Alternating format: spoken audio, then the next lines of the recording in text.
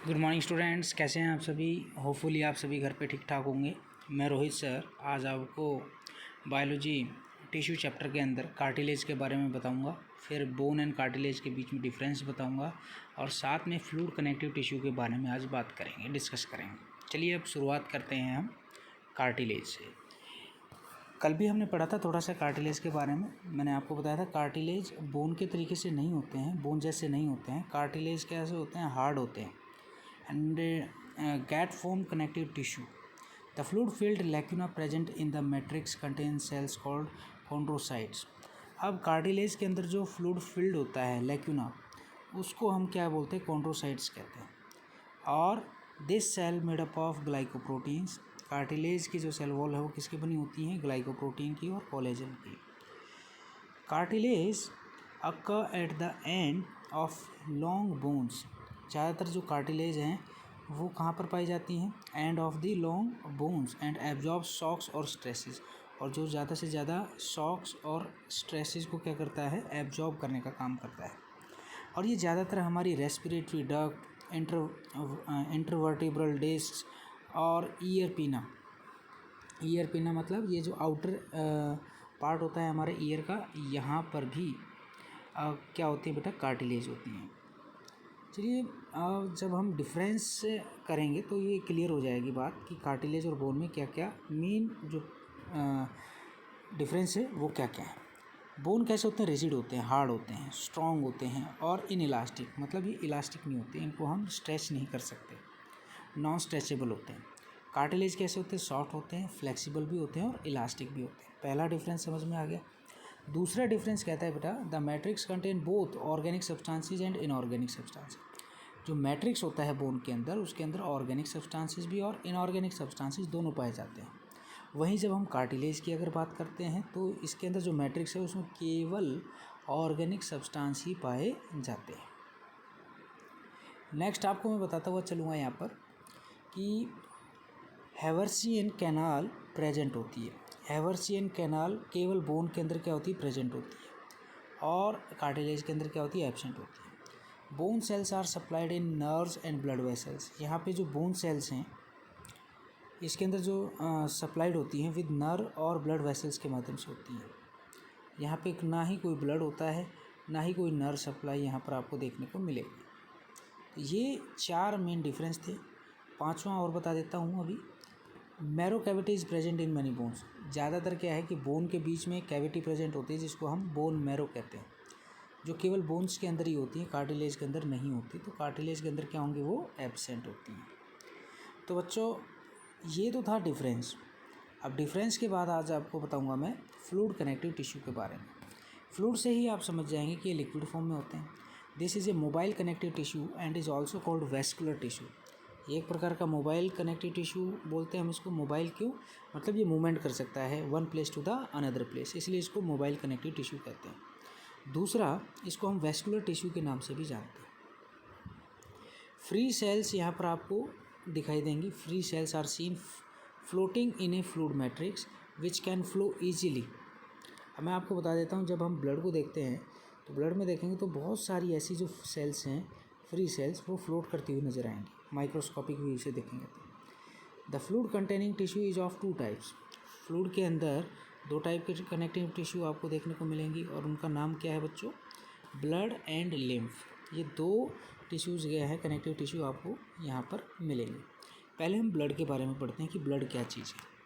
Blood क्या है, red colour के होते हैं, विस्कस टिश्यू होता है, गाढ़ापन होता है उनके अंदर, which flows in the entire body in blood vessels, जो कि हमारी ब्लड वेसल्स के अंदर क्या है, ब्लड वेसल की सहायता से पूरी बॉडी के अंदर ट्रांसपोर्ट होता है।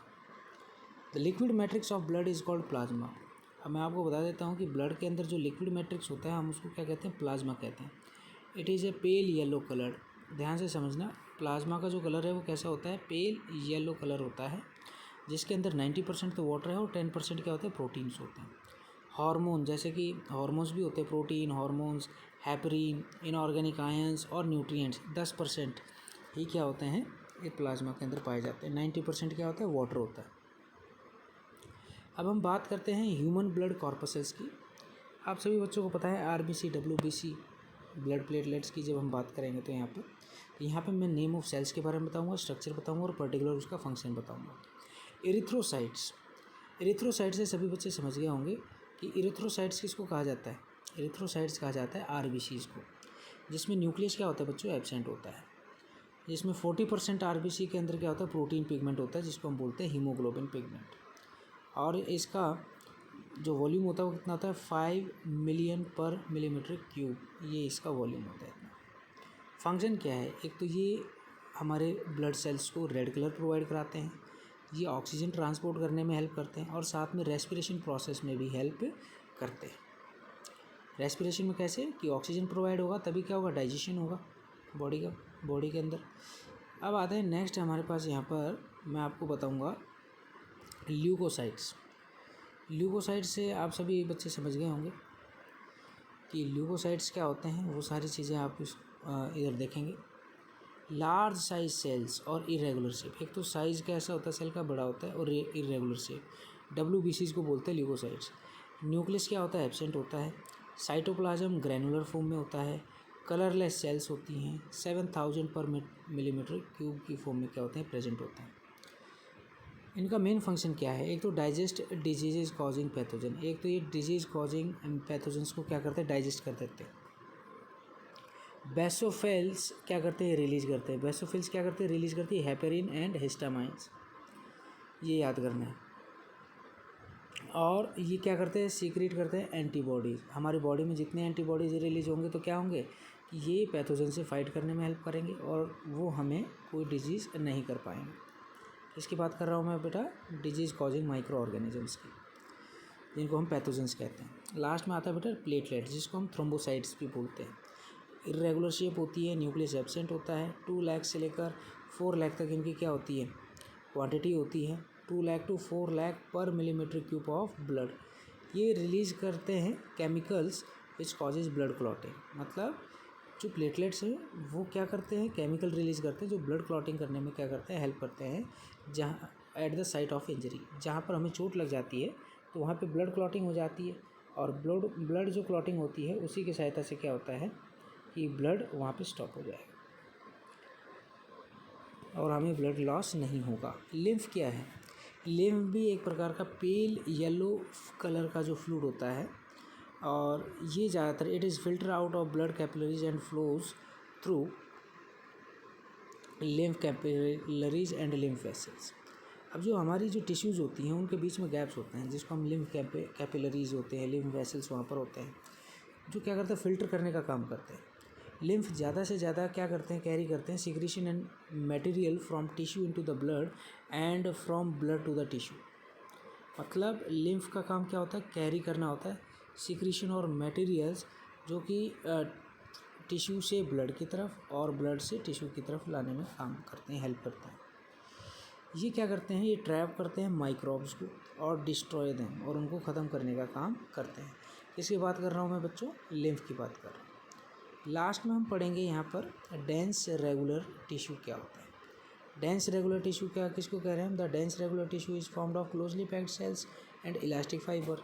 एक तो ये क्लोजली पैक्ड सेल्स होती हैं और साथ में इलास्टिक फाइबर्स होती हैं। Main type of this tissue are tendons and ligaments, जिसमें हम टेंडन और लिगामेंट्स के बारे में क्या करते हैं बच्चों, पढ़ते हैं। तो मैं आपको ये डिटेल में टेंडन और लिगामेंट्स कल आपको बताऊँगा, और जितना जो आज बताया गया है वो अपनी फेयर नोटबुक के अंदर लिख लीजिएगा, और जितना हो सके इनको रिवाइज़ भी करना है, क्योंकि आपके एग्ज़ाम जल्दी हो जाएंगे तो आपको कोई भी कठिनाई ना हो, इसलिए इनको याद करते रहना है, रेगुलर याद करना है। जो चीज़ समझ में ना आए मुझसे पूछिएगा, डायरेक्ट आप मेरे से कांटेक्ट करके पूछ सकते हैं। चलिए बच्चों, आज के लिए इतना ही है, धन्यवाद, फिर मिलेंगे।